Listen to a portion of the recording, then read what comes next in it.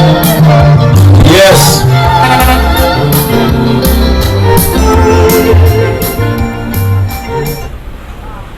One, two.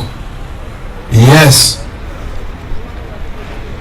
1, 2, 3. 1, 2, 3. Aya, naomba inamisha uso wako, tumwalike Baba, Mwana na Roho Mtakatifu vile vile. Baba, ninakushukuru kwa majira mazuri haya. Ni majira ambayo tunakwenda kupokea kutoka kwako. Ni tabia yetu kila jioni tunakutana hapa, tunakumbushana maneno tu tuliandikiwa zamani na wateule.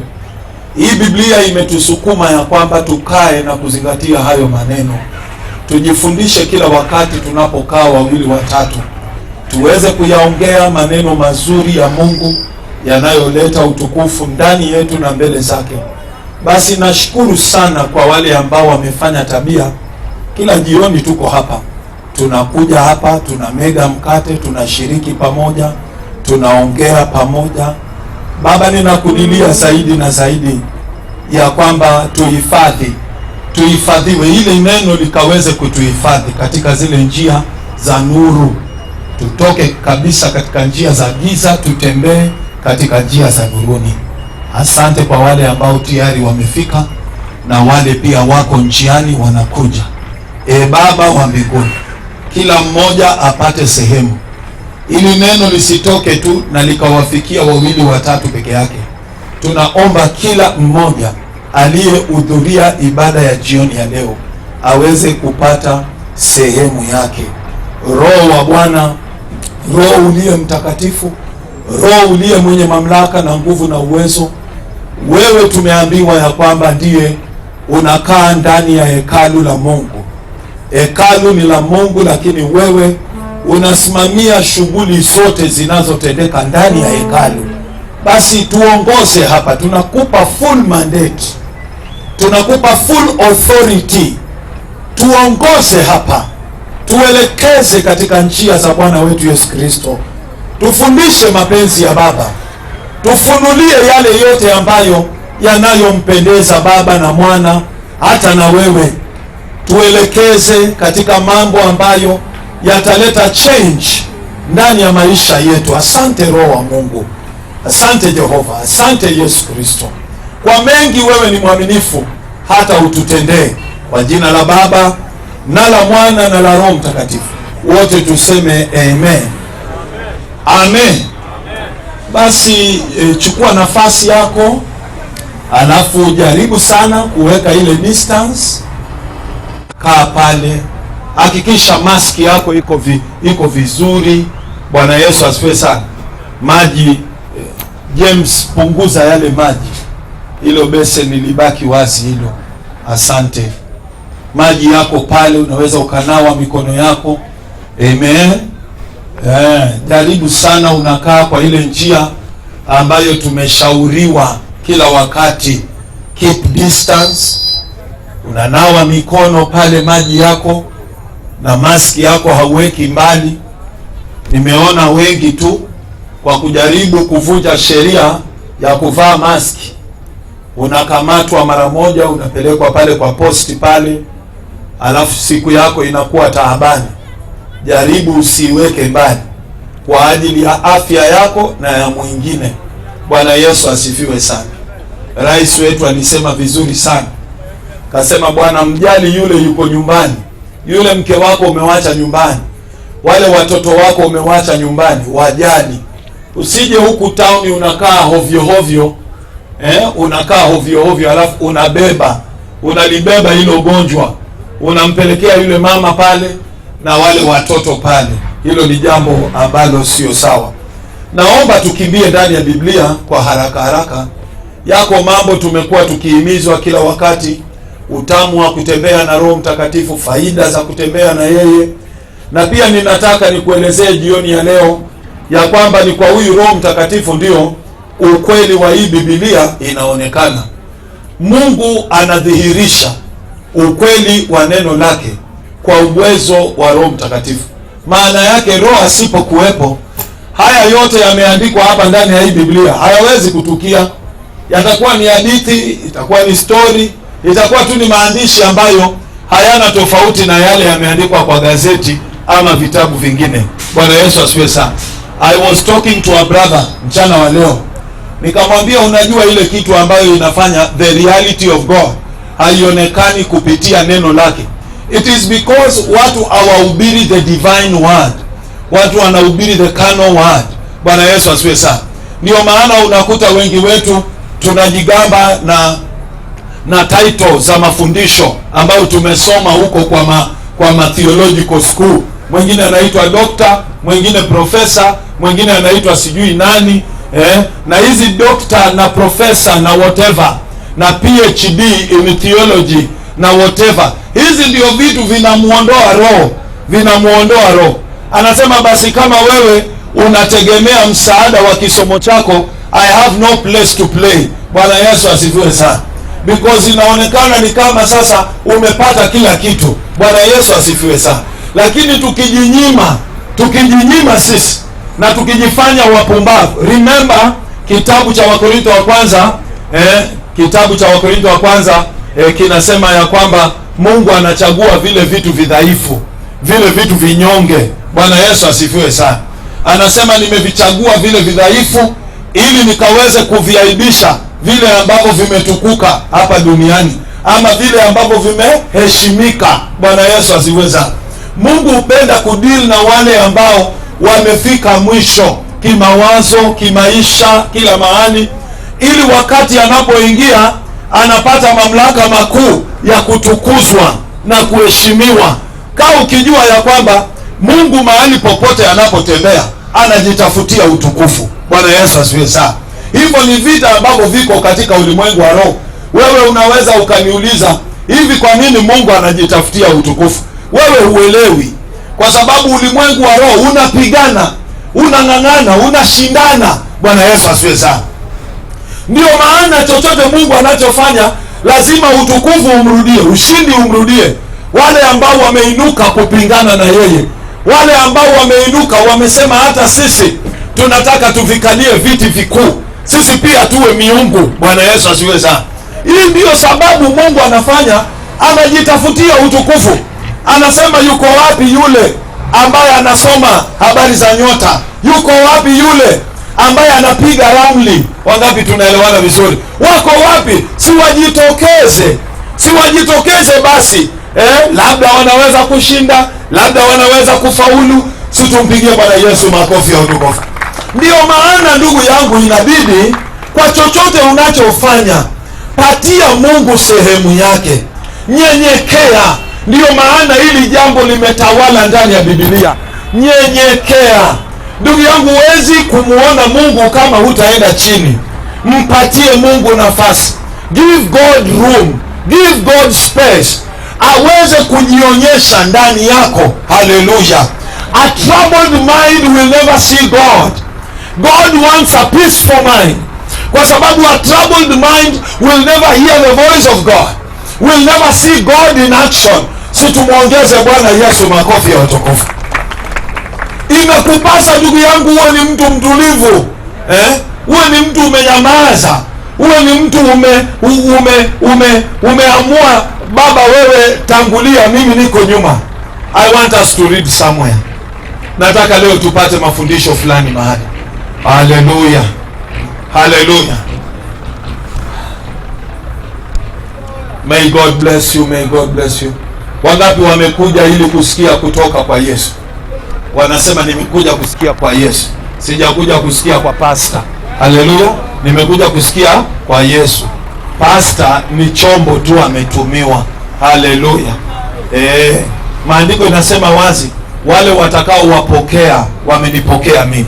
Maana yake it is not me you are receiving, it is Christ. Amen. Mimi hata ni kivuli tu. I am just a shadow. Mimi hata sina umaana yoyote. Haleluya. Put your mind in Christ. Ukiweka akili yako kwa Yesu, utaelewa kikamilifu ni kwa nini mafundisho haya yamekujia siku ya leo.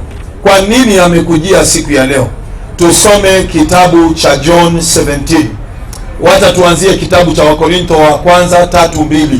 Tuanzie 1 Corinthians 3 alafu John 17.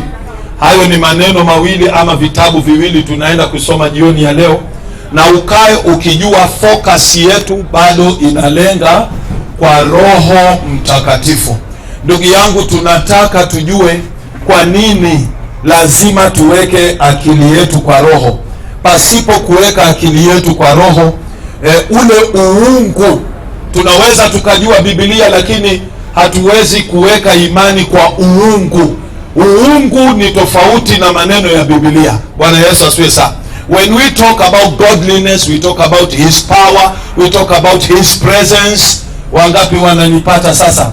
We talk about God in action, kuona kile anachofanya, kile ambacho hafanyi. Uungu tunaambiwa divinity, or is it not so? Bwana Yesu asifiwe sana. Ule uungu, kuna watu wengi wamekaa kando ya Biblia but hawaoni uungu ndani. Ule uungu ni uwezo, power, authority, God's manifestation. Hawaoni, yani wao wanaona tu vitabu. Tusome kitabu cha Wakorintho wa kwanza 3:2. Wakorintho wa kwanza 3:2 anasema, ndugu zangu, tuanzie mstari wa kwanza. Ndugu zangu, mimi sikuweza kusema nanyi kama watu wa kiroho, bali kama watu wa mwilini, kama watoto wachanga. Haleluya. Kama watoto wachanga katika Kristo. Kwa nini hukuweza kusema na sisi kiroho? Naliwanywesha maziwa wala si chakula kigumu. Bwana Yesu asifiwe sana. Kwa kuwa hamkuwa tayari kwa hicho chakula kigumu. Si tumpatie Bwana Yesu makofi ya utukufu. Alafu anasema naam, sio wakati ule tu, hata saa hii. Naam, hata sasa hamkiwezi. Chakula kigumu. Chakula kigumu ni chakula gani? Chakula kigumu, ndugu yangu, wakati unapoingia katika anga ya Roho ndio utajua ugumu ambao uko ndani ya wokovu. Bwana Yesu asifiwe sana. You will face harsh reality. You will face harsh reality. Bwana Yesu asifiwe sana. Hapo ndio utaona the demon will rise against you, Satan will rise against you, the witchcrafts will rise against you. Bwana Yesu asifiwe sana. Hapo ndio utakaa ukielewa ya kwamba jicho la shetani liko kwa wale ambao wameanza kung'aa katika ulimwengu wa roho. Kwa sababu mtu aliyookoka, wangapi wananipata vizuri? Mtu yoyote ambaye ameokoka, ameoshwa kwa damu ya Yesu, ameoshwa kwa maji ya ubatizo, maandiko inasema hapo ndio kule kung'aa kwake. Sasa ametoka katika hali ya giza. Bwana Yesu asifiwe sana. Haleluya. Dhambi hutufanya tunakuwa giza, because kile kitu ambacho kinaweza kutufanya sisi tung'ae ni that presence of God upon our life, utukufu wa Mungu katika maisha yetu. Na utukufu wa Mungu katika maisha yetu inaletwa na vitu gani? There are those substances ambazo zinafanya sisi tuna glow in purity, and it is the blood of Jesus, and it is the holy baptism of Jesus. Bwana Yesu asifiwe sana. It is the body of Christ.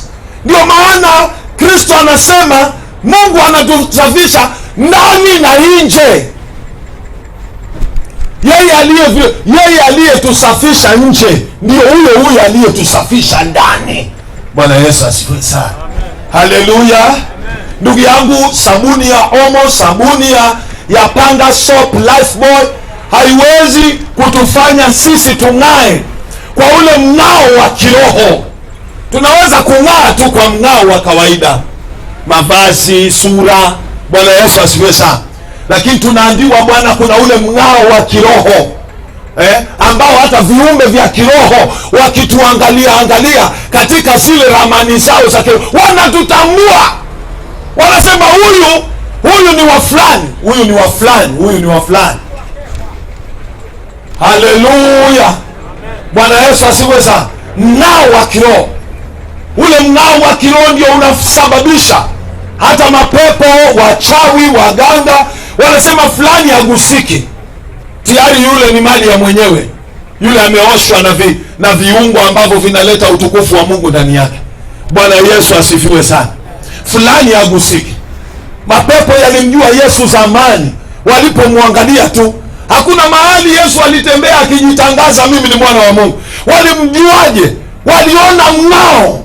Walisema huu mng'ao unang'aa tu juu ya wale walio wa Mungu.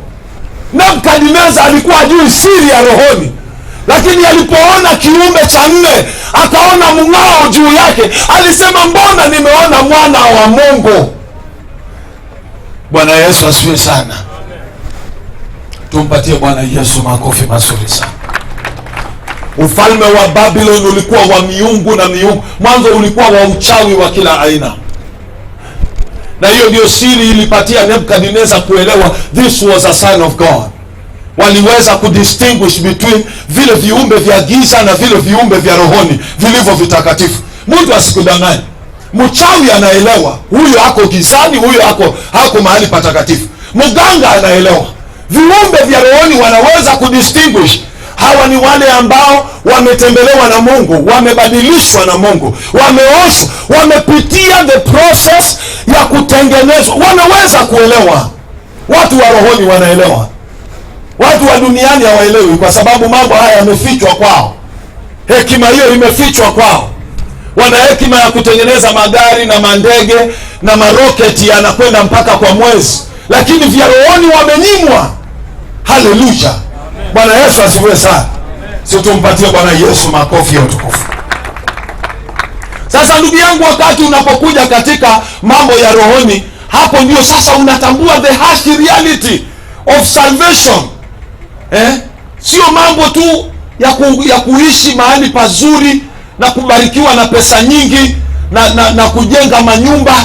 Unakuja kuelewa ya kwamba it is a battle, it is a war. Mahali pengine unaanza kuelewa it is a race towards the eternal life. Hallelujah. Kumbe hii it has nothing to do with me owning many cars. It has nothing to do with me having many promotions. It is a race toward attaining the crown of life. Hapo ndipo unaanza kuelewa the harsh reality. Hallelujah. Tumpatie Bwana Yesu makofi mazuri. Alafu sasa huyu jamaa anajaribu kuelezea kwamba kwa ule uchanga wao wanapewa maziwa kawaida yake huwa ndio inaanzaga kuleta ile afya ya kwanza ndani ya maisha ya mtoto. Bwana Yesu asifiwe sana. Mama anaambiwa huyu mtoto mpatie maziwa miezi 6 huyu, kabla hujampa chakula chochote.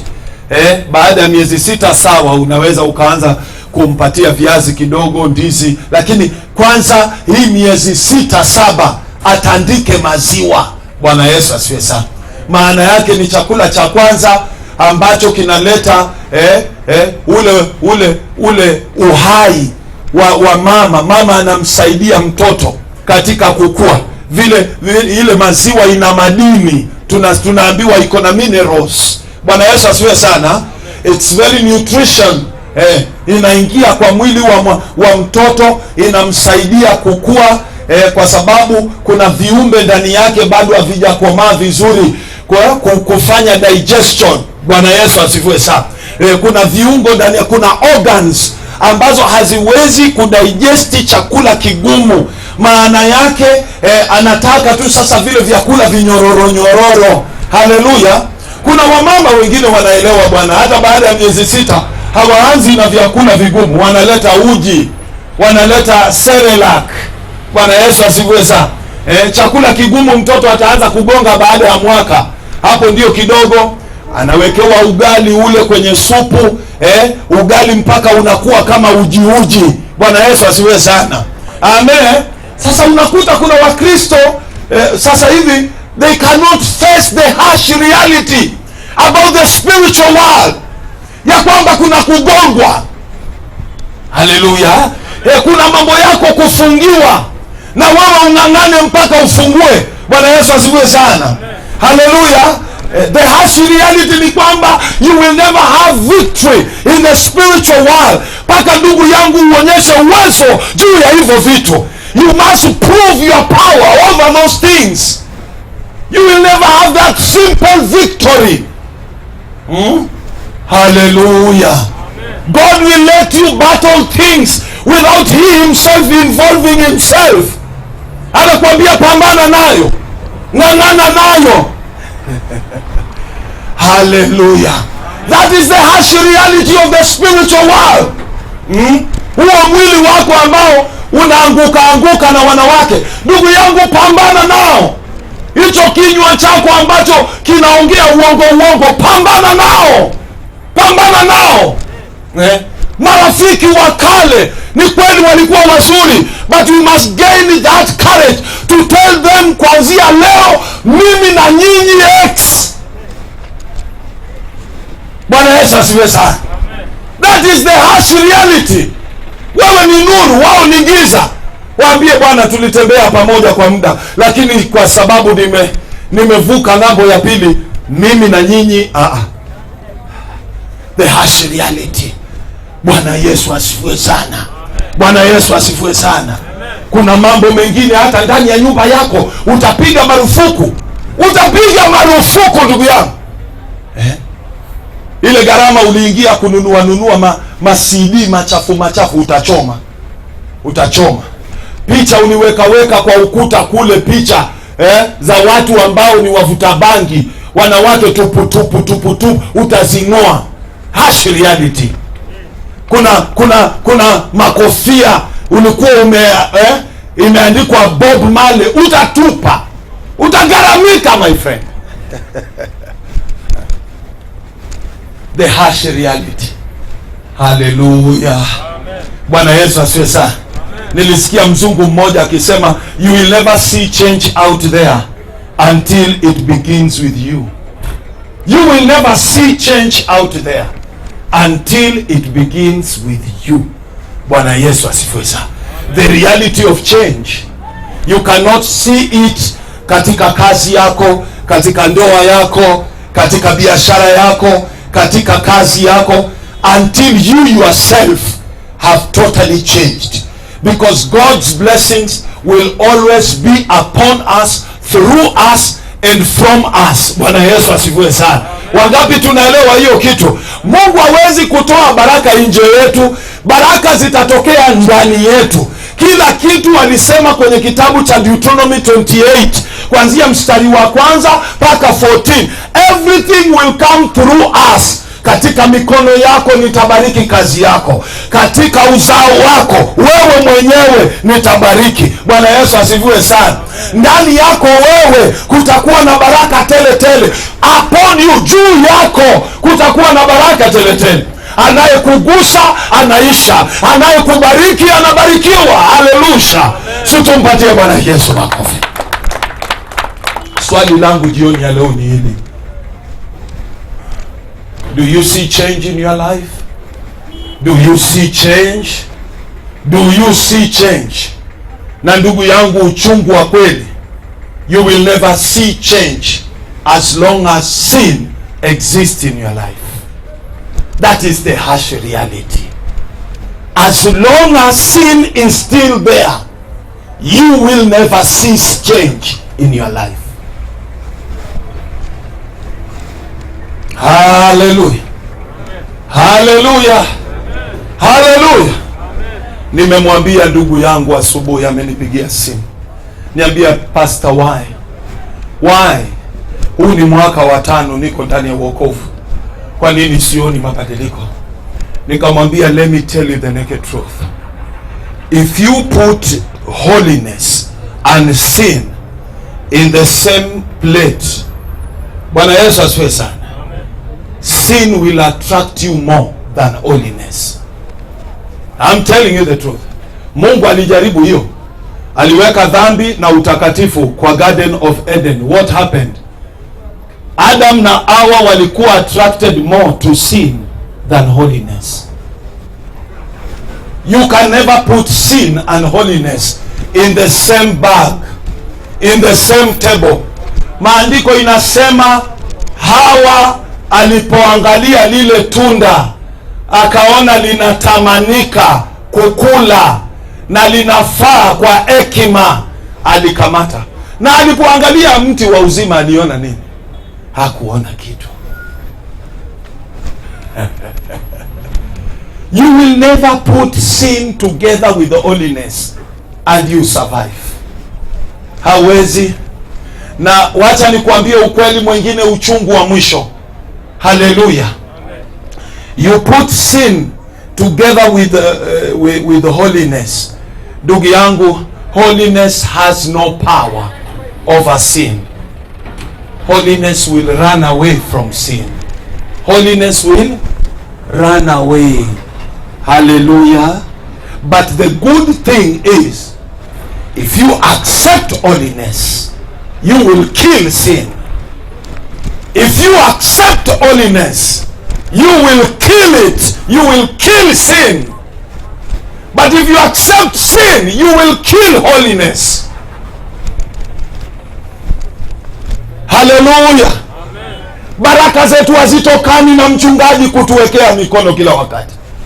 Baraka zetu hazitokani na mchungaji kututabiria kila wakati. Mimi naona watu wanaenda kwa mchungaji. Mchungaji nena neno moja juu yangu. Mchungaji tu sema neno. Haitokani na njia hiyo. Biblia inasema new covenant ilikuja na new sets of rules. New sets of rules. Maandiko inasema ukikubali na kutii. Ukikubali na kutii, utakula mema ya nchi. That is a new set of rules. Hallelujah. Hallelujah. Bwana Yesu asifiwe sana. Ndugu yangu, ninaomba nikusaidie kuelewa. Ninaomba nikusaidie. Maandiko inasema mkizishika sheria zangu, mkizishika sheria zangu, mkishika maagizo yangu. That is a new set of rules. Hallelujah. Sitawabariki tu kwa sababu nyinyi ni Waisraeli. Sitawabariki tu kwa sababu niliweka agano na Abraham. There is a new set of rules. Ukishika. Na ndio maana mpaka Yesu anaenda as far as saying, nitawaonyesha yule mtu ambaye amezishika neno amri zangu na neno langu. Anafananishwa na mtu ambaye amejenga nyumba yake juu ya mwamba. Ndugu yangu, kwa kushika tu sheria na kujifunza kuadapt the nature of holiness, maandiko inasema you will be well founded in the ministry of God. Hiyo tu. Ni kama sasa hivi ukutane tu na mtu ambaye ana masomo mazuri, amesoma tu, anajua milango na madirisha ya shule vile inakaa, ameenda mpaka university. Ndugu yangu, huwezi mkon. Mtu amekaa mbele ya shule. Bwana Yesu asifiwe sana. Amen. Kuna watu wamesoma bwana. Kuna watu wamesoma. Wewe ukianza tu hadithi zako hapo wanakuonea mbali. Wanasema huyu ni mkora. Sio kwamba wana nguvu za kiroho. Maneno yako yanawaambia kile kimekujaa wewe. Maneno yako. Ndugu yangu, wamesoma. Na maandiko inasema sisi pia tukilishika neno la Mungu sawa sawa, kwa njia inayofaa, tukishika neno la Mungu kwa njia inayompendeza, when we agree to grow in spirit, when we agree to grow in spirit, ndugu yangu, ujanja ukora wa ibilisi tutauelewa. Ile kitu ambayo inatuangamiza sasa hivi na ufalme wa kiroho ni kwamba wengi hawajakuwa well founded kwa mambo ya kiroho. That is why they don't understand the tricks of the devil. Hawaelewi ukora wa ibilisi, hawaelewi ujanja wa ibilisi. Sikiliza hii point nyingine hapa. Sikiliza hii point nyingine. Tujifunze saa nyingine kwa wengine waliotutangulia. Sikiliza hii point. Kitabu cha Wakorintho wa kwanza 13. Wakorintho wa kwanza 13. Wakorintho wa kwanza 13 mstari wa 9. Sikiliza vile anasema, kwa maana tunafahamu kwa sehemu, tunatoa unabii kwa sehemu. Hallelujah. We cannot understand everything. Everything tunaelewa kwa sehemu. Why? It is all given unto us. It is all given unto us. Daniel alisema nini? Usifikirie mfalme mimi eti labda nimepewa kipawa fulani cha kuweza kujua ndoto. Imefunuliwa kwangu ili wewe uweze kuelewa. It is just given unto me. Maana yake siwezi elewa kila kitu, siwezi jua kila kitu. Bwana Yesu asifiwe sana. Imefanyika tu ili jambo fulani liweze kutendeka katika maisha yetu. Si tumuongeze huyu Jehova makofi mazuri. Alafu sikiliza vile anaendelea kuongea hapa. Sikiliza anasema nini? Lakini ukamilifu utakapokuja, yale yasiyo kamili yatawekwa kamili. Haleluya. Nilipokuwa mtoto nilisema kama mtoto, niliwaza kama mtoto, nilifikiri kama mtoto. Nilipokuwa mtu mzima niliacha mambo ya kitoto. Bwana Yesu asifiwe sana. Kwa maana sasa tunaona taswira kama kwenye kioo, lakini wakati huo tutaona wazi. Sasa nafahamu kwa sehemu, wakati huo nitafahamu kikamilifu. Haleluya. Kama vile mimi ninavyofahamika kikamilifu. Tumpatie Bwana Yesu makofi. Ndugu yangu, safari ya kiroho ni ndefu. Ni ndefu. It needs growing, maturing. Inahitaji vitu vyote hivyo. Maturing, growing and many more, and even performing. Bwana Yesu asifiwe sana. Leave alone maturing and growing.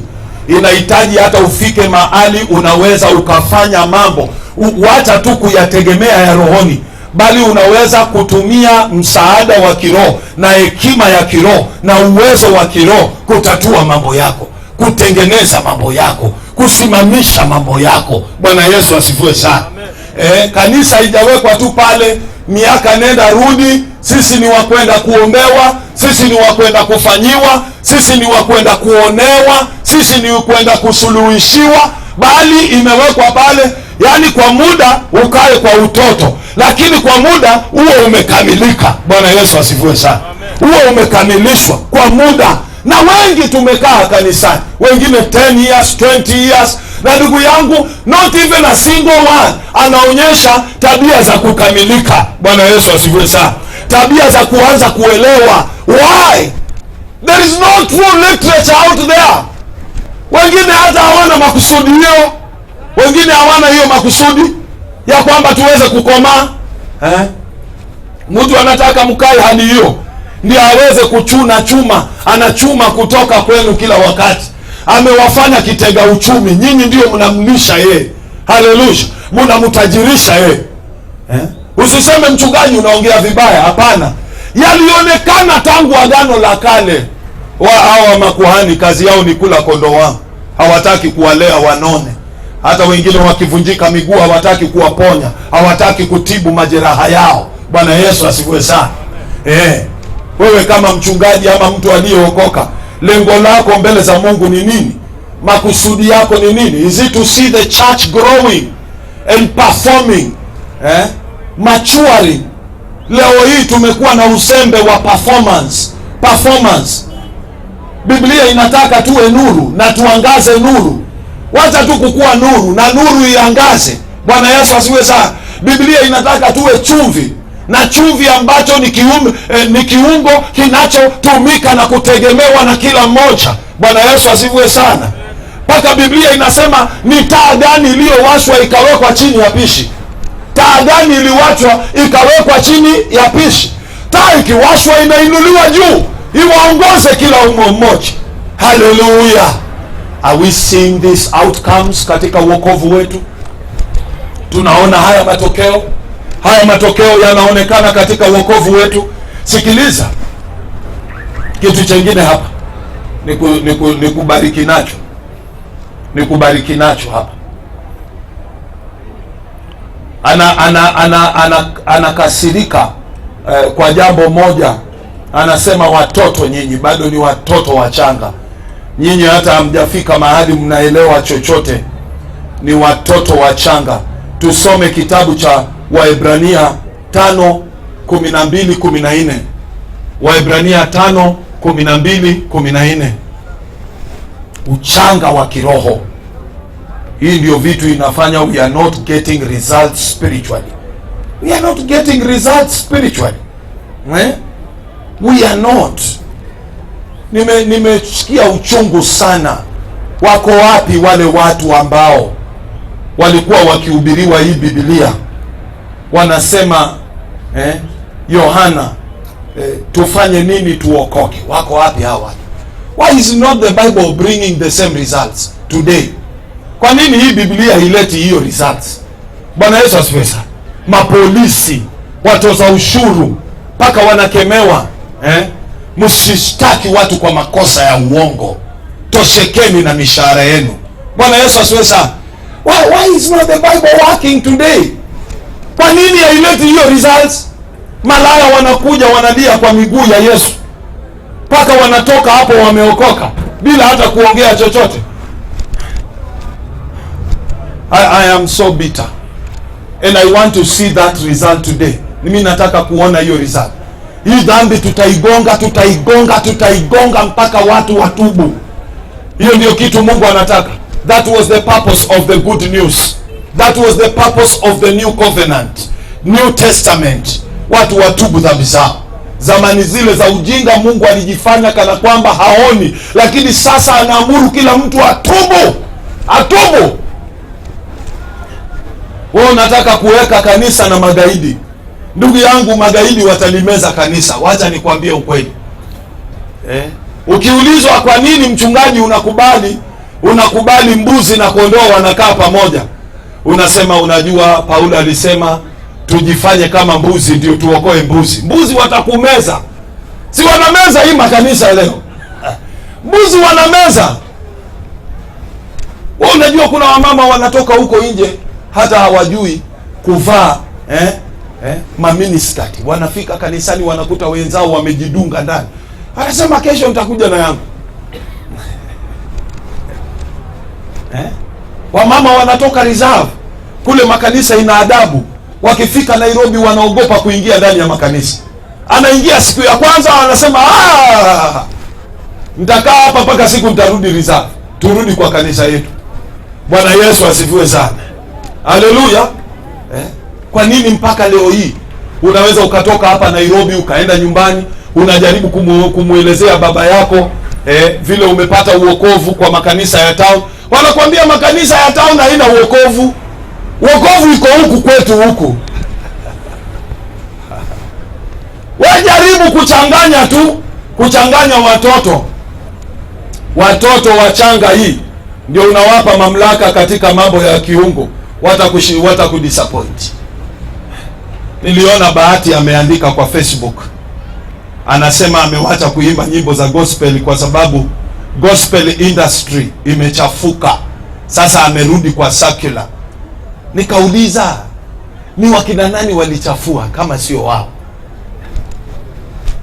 Walikuta nyimbo zinaimbwa na adabu. Nani walileta nyimbo za aibu? Si wao. Sasa wanatoka wakijidai wao ndio watakatifu sana. Ile waliikuta ndio imechafuka. Nani alichafua? Nani walianza kuimba Mungu na marasta? Si ni wao? Nani walianza kuimba Mungu na mabaika kwa madhabahu? Si ni wao? Nani walisema Lingala ya Yesu? Si ni wao? Mimi nimesikia kwaya za Arusha mjini zikiimba. Hakuna siku yoyote kwaya ilisema hii ni Lingala, ni ndombolo ya Yesu. Hakuna. Hii bangi imeletwa tu na hawa. Na shetani amewaibia the center stage. Wewe unacheza na shetani wewe. Shetani amewaibia the center stage. Kwa media hao ndio wako. Platform ya media, platform ya social media wako. Platform za juu wao ndio wamepewa kipaumbele. Wale watu wanang'ang'ana na Mungu kwa haki na kweli. Ndugu yangu, shetani amewakanyagia chini. Hawaonekani. The devil will make sure he gets ahead of the church, ili aweze kuleta ile uongo yake kwanza, ndio hata ile ukweli sasa ikitokea, wale waliosikia uongo wanaita hii ukweli uongo. Wale waliosikia uongo, hiyo ndio kitu shetani anafanya. Anakimbia mbele ili aweze kuchafua mbele.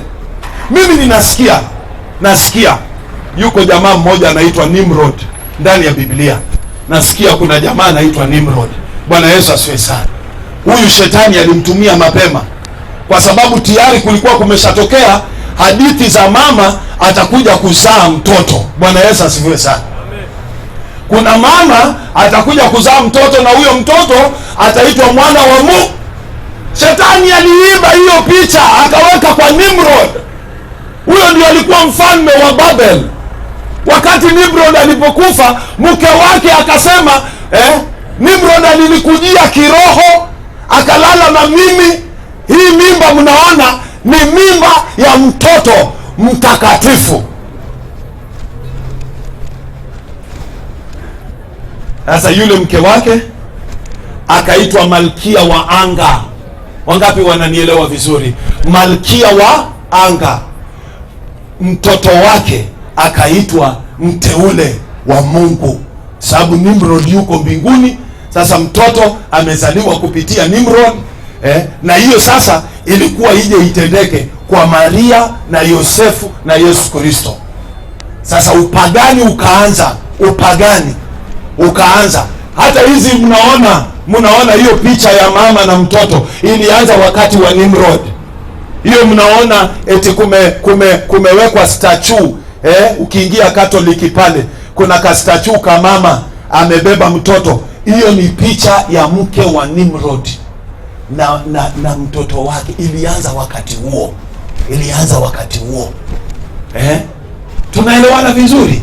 The devil will always run ahead. Ili hata ile ukweli ikitokea, ile ukweli ndio inaonekana uongo, na ile yake ambayo ilitangulia uongo ndio ionekane ukweli. He will always run. Bwana Yesu asifiwe sana. Bwana Yesu asifiwe sana. Amen. Wangapi wananipata vizuri? Maandiko inasema manabii wa uongo walipata sauti kubwa. Kwa nini kila wakati, hata japo kulikuwa na manabii wa ukweli katikati ya Waisraeli, kwa nini manabii wa uongo walipata nguvu? Kwa nini bado Israeli iliendelea ikianguka? Kwa sababu wale manabii wa uongo walitangulia mbele, wakapata kibali, hata wakapata sauti mbele ya wafalme. Wale manabii wa kweli wakakanyagiwa chini. Ndio maana unakuta even in the presence of true prophets, bado Israelites fell. Kuna mtu angeuliza mbona Waisraeli walianguka na manabii walikuwa? Because every time manabii wa uongo wanaiba the center stage. Bwana Yesu asifiwe sana. Bwana Yesu asifiwe sana. Ukweli wa maneno ni kitu wazi. Ndugu yangu, kukomaa katika chakula kigumu inahitaji Roho Mtakatifu. Tumpatie Roho wa Mungu makofi. Tumpatie Roho wa Mungu makofi. Ndugu yangu, wakati wowote ukiona watu wana backslide kutoka katika mambo ya kiroho, ni kwa sababu wametoka kwa maziwa, wanajaribu kuingia kwa vyakula vigumu, inawalemea. They fall. Why? They want to do it kwa uwezo wao, kwa sababu walisoma Biblia kwa akili zao, wakaenda shule za Biblia kwa akili zao na msaada wa school fees zao. Wanafikiria hata vita vya kiroho watapigana kwa nguvu zao za sukuma na ugali na hekima zao. Ndugu yangu, haiwezekani. You need divine authority over your life to defeat the kingdom of the devil. Hallelujah. Tumpatie Bwana Yesu makofi ya utukufu. Hallelujah. Ndugu yangu, ufalme wa rohoni utaenda huko na sukuma zako. Samson, uwezo wa kiroho ulipomuondoka, aliweza kurarua simba. Na si Samson alikuwa tu Samson. Si alikuwa Samson. Kuna mahali alikuwa ameng'olewa mikono ama miguu. Ile ilihitajika tu itoke kwake ni uwezo wa kiroho. Hiyo ilipotoka tu hivi, yeye na manyama yake na mamisuli yake aliweza kupiga watu 1000, na mfupa wa punda aliweza? That let us speak the reality. Haleluya. Bwana Yesu asifiwe sana. Bwana Yesu asifiwe sana. Haleluya. Tunasikia aling'oa mlango ile gate ambayo unaingia kwa city ya Wafilistine. Bwana Yesu asifiwe sana. Hiyo mlango ndugu yangu haikukuwa ni kitu kidogo, ilikuwa inafungwa hata na watu 10. Tunaelewana vizuri? Alafu ile mbao ya kukuja kufungia hapo katikati ilikuwa inabebwa hata na watu 20 ndio iweze kuingia hapo, lakini aliing'oa peke yake. Uwezo wa kiroho ulipomuondoka, uwezo ile kazi kubwa angeweza kufanya ni kusaga mahindi. Hiyo ndio kazi kubwa kusaga mahindi. Wakasema hana hata nguvu. Ile nguvu amebaki nayo aende kutusagia mahindi huko. Bwana Yesu asifiwe sana. Usicheze na uwezo wa kiroho, usicheze na mamlaka ya kiroho. Tumuongeze Bwana Yesu makofi yote. Ni wangapi wanatafuta uwezo wa kiroho? Ndugu yangu, lazima kwanza umtafute Roho Mtakatifu.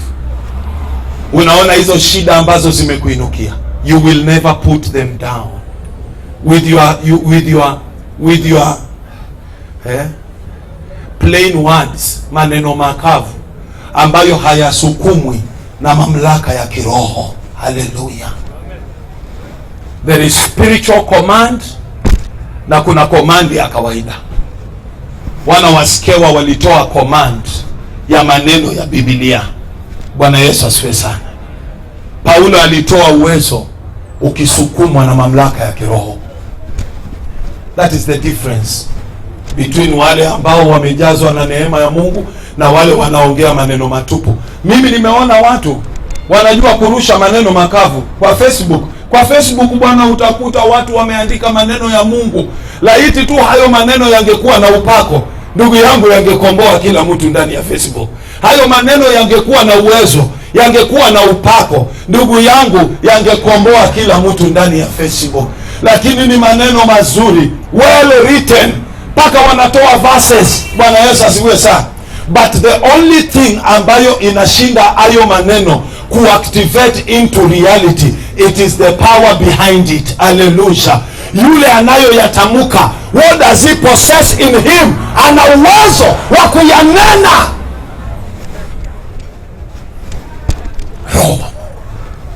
Roho wa Mungu. Tumpatie makofi Roho wa Mungu. Waebrania 5:12. Waebrania 5:12-14. Waebrania 5:12-14. Inasema, kwa hakika ingawa mpaka wakati huu ingewapasa kuwa walimu, lakini bado mnahitaji mtu wa kuwafundisha tena hata hatua za awali za kweli ya neno la Mungu. Mnahitaji maziwa wala si chakula kigumu. Bwana Yesu asifiwe sana. Why? Ndugu yangu, the only person who can take you from carnality to spiritualism is the Holy Spirit. He is the only one who can transform you to that level. Bwana Yesu asifiwe sana. You don't take there, ujipeleki mwenyewe. Upandishwi na mtu wa kawaida hawezi kukupandisha hapo. No, na ndio maana ndugu yangu, hata tukuite majina gani. Unanisikia Joseph? Mimi nimesikia mtu anaitwa Baba Mtakatifu. Ile kitu inamuita mtakatifu ni hiyo manguo tu amevaa pale. But there is nothing that makes him holy. Bwana Yesu asiwe sana. Haleluya. Angelikuwa mtakatifu kama Yesu, hata vilivyo vichafu angevitakasa. Haleluya. Wewe unajua kulikuwa na sheria ya kwamba ukigusa mwanamke ambaye anatoa ile mambo yao, Bwana Yesu asiwe sana, wewe utakuwa mchafu siku 7. Bwana Yesu asiwe sana. Na huyu mwanamke alikuwa ametoka hiyo damu zaidi ya miaka 12. Maana yake alikuwa mchafu bin mchafu. Bwana Yesu asifiwe sana. Lakini siku alishika Yesu, kuliko achafue Yesu alimtakasa yeye. Haleluya. Huyo ndio anafaa kuitwa Baba Mtakatifu. Haleluya. Because holiness flows from him. Amen. Kuna mwingine alikuwa na ukoma, akakutana na yeye, akamwambia, Bwana, ukitaka kunifanya niwe safi, nitakuwa safi. Haleluya. Yesu akamwambia, takasika. Huyo ndio Baba Mtakatifu huyo, kwa sababu utakatifu unamiminika kutoka kwake. Haleluya. Tumpatie Bwana Yesu makofi yetu. Huyo ndio Baba Mtakatifu huyo. Haleluya. Wangapi tunaelewana language? Amen. Kuna mtu anaitwa Archbishop. Kile kilicho kikubwa kwa huyu mtu ni hiyo jina, lakini ndani yake ako kavu. Hana tofauti na kuhani mkuu Kayafa. Bwana Yesu asifiwe sana. Wangapi wanamjua Kayafa?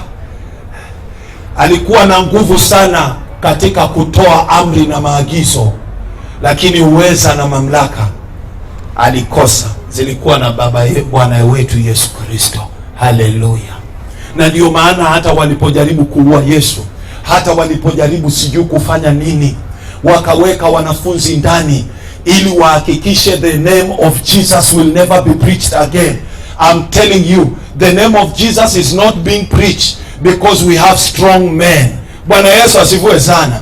The name of Jesus is not preached because tuko na watu wasomi. The name of Jesus is preached because the power of the Holy Spirit that is in us is powerful kuliko wote walio katika dunia hii. Haleluya. Tumpatie Bwana Yesu makofi. Tumuongeze Yesu makofi. Ndugu yangu, Yesu hahubiriwi kwa sababu kuna watu wameshiba, wamekula ugali na sukuma. Yesu anahubiriwa kwa sababu aliye ndani yetu ni mkuu kuliko watawala wote wa dunia hii, kuliko mamlaka yote iliyo dunia hii. Huyo ndiye anafanya tunalihubiri jina la Yesu. Haleluya. Mpatie Bwana Yesu makofi yote. Amen. Amen. Mwenye masikio afanye nini? Kuna stahili kuwe na walimu sahihi, lakini kwa sababu tumekuwa wazito, we are not asking God for the right things for our growth. We are asking God for the wrong things ambazo hazitatupatia growth. Yani ndugu yangu, hii inakupatia the clear picture kwamba kila anayeingia kanisani, his intentions are not pure. He is not there to grow in the spirit. He is there to benefit from the spirit. Wangapi tunaelewana language? Hallelujah. He is not there to grow in the spirit, but he is only there to benefit from the goodies of the spiritual world. Kama kila mtu aliyekuwa anaingia kanisani lengo lake lingekuwa ni kukomaa kiroho, ndugu yangu, sasa hivi wale mashujaa wa kiroho wangekuwa wamesimama katika nchi ya Kenya na dunia mzima, wangelitingisha ufalme wa giza sawa sawa. Wote ambao wana nia ya kukua kwa mambo ya kiroho na to face the hardships of the spiritual world, facing the hardships ndio inafanya sisi tuna grow katika maisha ya kiroho. Maandiko inasema kile kilichomfanya Yesu kuwa chanzo cha uokovu wetu ni mateso aliyopitia na magumu, na kwa unyenyekevu wake na utiifu wake akaonekana kuwa chanzo cha uokovu wetu. You will never grow kama utapitia mazito ya kiroho. Nilikwambia wana wa dunia hii wako tayari dunia iwafinye kila hali ili waweze kufaulu. Wana wa dunia hii wako tayari maisha haya ya wafinye, ya watese kila kona ili waweze kukua na kufaulu. Lakini wana wa ufalme wa Mungu hawako tayari. Wana wa ufalme hii wako tayari hata kuiba wafaulu. Wana wa hii dunia wako tayari hata kuuza bangi, hata kama kuuza bangi ni makosa, wako tayari wauze, wapitie shida na mapolisi, wapitie shida za kushikwa na kuachwa na kufungwa na kuachwa, wako tayari ili waweze kufaulu. Lakini Wakristo hawako tayari kupambana na mazito ya kiroho ili waweze kuona ukweli wa ufalme wa Mungu. Haleluya, Bwana Yesu asifiwe sana. Mimi naona wanawake bwana wako tayari kufanya lolote. Wanawake wa Nairobi, enda Latema, enda Koinange, enda River Road, enda Luthuli, enda hapa Ronaldingala, enda hapa Kamkunji nyuma, wako tayari kufanya lolote waweze kufanikiwa. Lakini wana wa ufalme wa Mungu hawako tayari kupitia mateso. Na kuambia hata kama ni wewe, Mungu gani atariwadi watu wake? Wale waliotutangulia tuliona wako tayari kufa kwa ajili ya ufalme wa Mungu, na waliyaona mangapi? Isaya aliyaona mangapi? That is why even though Isaiah is dead, his name still lives forever. Hallelujah. Bwana Yesu asifiwe sana. Tuliona wakina Jeremiah walipitia gani? Even though Jeremiah amekufa, mpaka leo tunatumainia the prophecies of Jeremiah to see the end of the world. Hallelujah. Situmpatie Yesu makofi bwana. Tumpe Yesu makofi bwana. Tunatumainia mpaka leo prophecies za Isaiah to see the end of this world, because these people, they were even ready to preach naked. Nasikia Isaiah 20, kitabu cha Isaiah 20, alihubiri uchi bwana. Ni aibu ngapi aliona? Ni aibu ngapi? And God commanded him, hubiri ukiwa uchi tupu. Wakikuuliza uambie hii ndio kuwekwa ndani kule Babeli, kule utumwani, mtaenda utumwani mtakai. Mwanzo hata alikuwa ongelelei mambo ya Babeli, he was talking about Adolf Hitler. Bwana Yesu asifiwe sana. The greatest holocaust. Alikuwa anawaambia nyinyi mtatembea uchi. I saw that movie, No Escape from Sabibo. I saw that movie. Ndugu yangu, walienda uchi. Wayahudi walitembea uchi, walichomwa uchi, walipangwa kwa majela, walipangwa kama makaton. Wakiamka asubuhi, yule wa chini amekufa, anatolewa. Kesho hivyo hivyo. Nani leo atalala chini, sisi tumlalie juu? The Holy Spirit. Do you have him? Do you have him? Wengi kwa kukosa Roho Mtakatifu sasa wanajitetea na madigiri. Nilisikia juzi wakubwa sasa wanajipiga kifua. Wanasema mchungaji yoyote ambaye ana diploma asikuwe na kanisa. Vya roho vimewashinda. Wetangula alikuwa anasema hii corona ikiisha tutafanya vetting wachungaji wote Kenya. Yule hana diploma, kanisa inafungwa.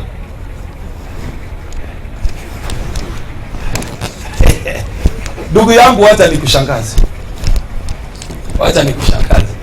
Wacha tu nikwambie ukweli. Na hii si story ya kutoka nje. Hii ni story ya hapa Nairobi. Wakati ile barabara ile bypass imepita Kibira ndani. Wangapi tunaelewana? Unaona wako ka bypass kamepitia hapo Kibira hapo kwa DC. Unaona hiyo barabara imewekwa hapo.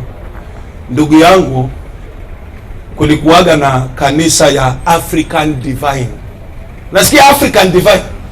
Hawa wanapigaga mbio hivi kwa barabara na mangoma. Unaona hao? Hao wakitembelewa na hizo vitu zao wanapiga nduru. Hao.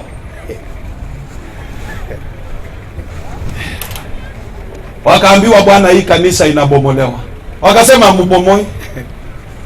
Wakasema tutabomoa. Kwani yenu iko na nini? Wakaambiwa haya sawa. Bwana, hao jamaa walikesha hapo wiki mzima na hizo kelele zao. Hiyo crane ilikuja kushika hivi mabati, ilikwama. Wakailazimisha zile pipe za pressure zikakatika. Waliambiana wenyewe kwa wenyewe, turudi tuongee na hao watu vizuri. ilibidi walipwe milioni 10. Wakaambiwa nendeni mkatafute bwana shamba mahali pengine na mujenge. Tumeona iko kitu hapa. Wakasema pia tupateni pia wiki moja tuweze kutengeneza. Ndio hiyo trakta yenu ikikuja ibomoe. Lakini kwanza tuweke signature hapa. Milioni 10 imeingia, ndio. Wakubwa bwana kutoka huko Uluyani wakasema sawa bwana, kama milioni 10 imeingia wacha wabomoe. Maombi ilianza kutumwa tangu huko Viiga, Chavakali. Sicheze wewe. Chavakali, Shamahoho. Wanasema haivunjwi.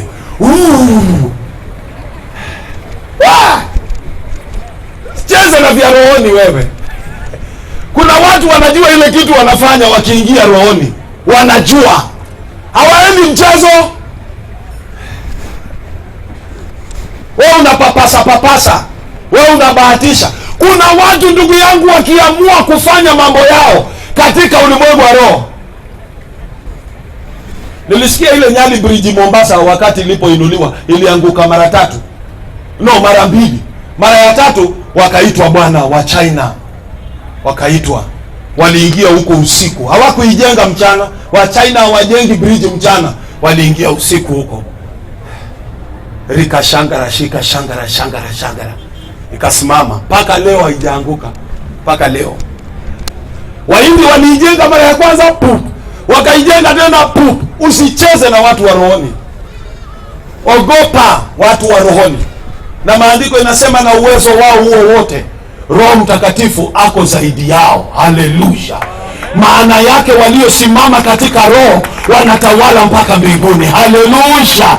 Biblia inasema kile mtafunga hapa duniani mpaka mbinguni tunafunga. Kile mtafungua hapa mpaka mbinguni tunafungua. Tumpatie Kristo makofi ya utukufu. Haleluya. Ndugu yangu wa Kristo, tuache mchezo. We have all the resources that can give us victory in this world. Lakini kwa sababu tunaogopa vyakula vigumu, we will never live to tell the testimony of the Holy Spirit. We will never. Tembea makanisa yote uone kama mtu atasimama akutolee ushuhuda wa Roho Mtakatifu. Because he doesn't have. Biblia kila wakati ikitoa ushuhuda, wengi wanasema na Roho akaniongoza. Wangapi tunaelewana vizuri?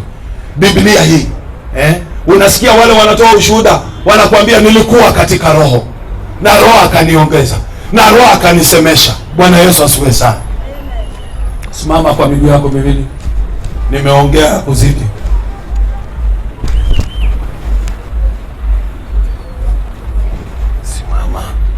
Simama. Inamisha uso wako. Nenda mbele za Baba. Mwambie Bwana, ninataka kupanda katika hatua nyingine.